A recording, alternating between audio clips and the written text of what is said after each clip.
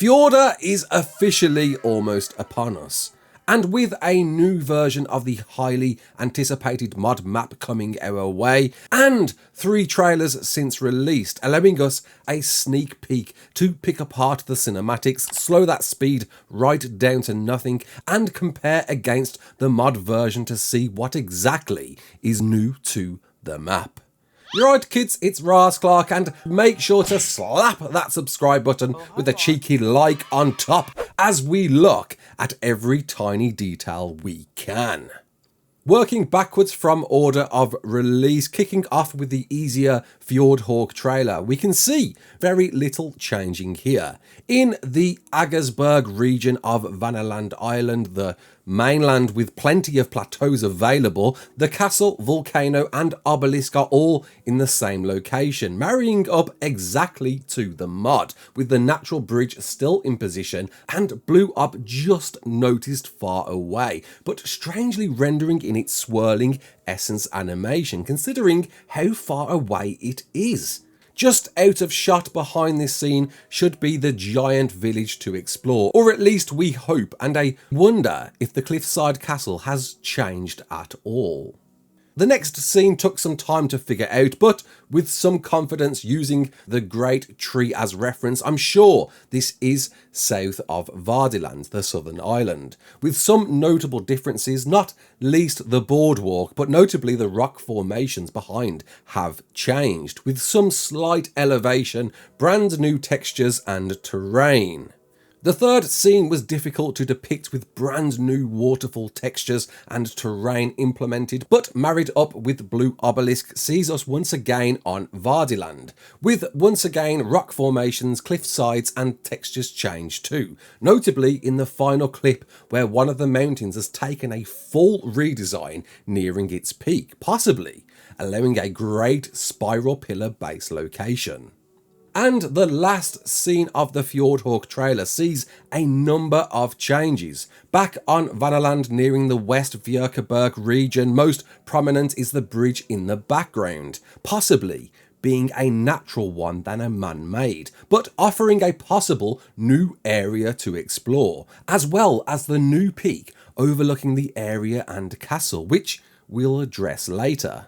Onto the Desmodus trailer now, and we're 100% within the Aberration Cave, below the broken meadows of Vanaland, possibly expanded with it seeming to be the spawn area of these creatures. The height of the cave has certainly improved to make way for some much needed sleep. Into the second scene we can see some very visible differences, as well as the rock formations and landscapes changing quite a bit, seeming to offer new paths to take. We've got a new bridge connecting to the Redwoods area, and as we pan we can see the cliff built on has taken a bit more green to its peak, with a wonder if the cave below it will still remain. And just before we cut away, revealing the great tree symbolic of one of the 3 realms you can portal to is much lower and encompassing of the map, as well as the rocks next to it, wondering how much may have changed within that region.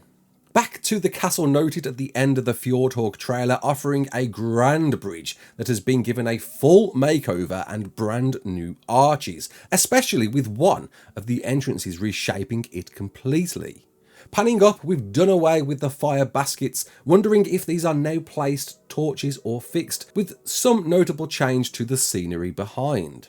Pushing into the last scene was a real challenge to nail, but using Green Obelisk's location and the great tree, it seems the Snareheim mountains of Vanaland have taken a change, most obviously with a brand new stronghold, offering a brand new location to build in, possibly leading to a cave behind it. It begs a wonder what other new castles and strongholds have been added.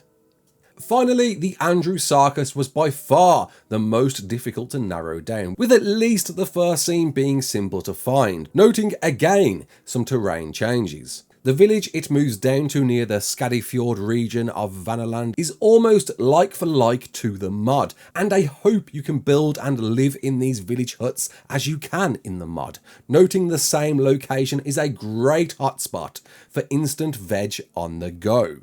The second scene was almost impossible to find, but again with some location mapping of the Great Tree, I'm very certain this is a brand new location added to the southwest of Vardiland, completely reshaping the steep cliff sides to make way for some natural greenery and, of course, more land bridges. In fact, it's a wonder how much has changed in this area as we pan into the final scene that's possibly just further around, but the only one I really struggled with, noting the background looks entirely new altogether, meaning we will be seeing a complete reshape with new additions to the entire mainland, with brand new textures, incredibly noticeable, with the 2 seconds shown of the portal realm Vanaheim, and yet to see so much more like the volcanic island Balheimer, the Bulbjord swamp, all of the adventure-filled caves hidden within, with promise of more,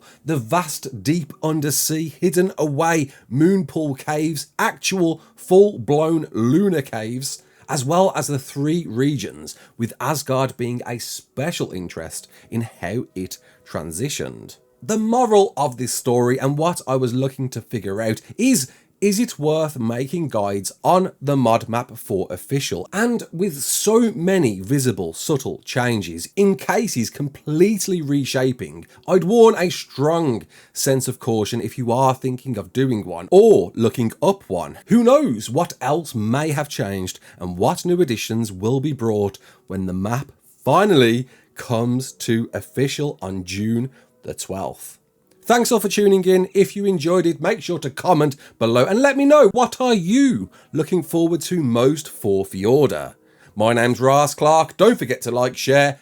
and subscribe, and as always, peace out.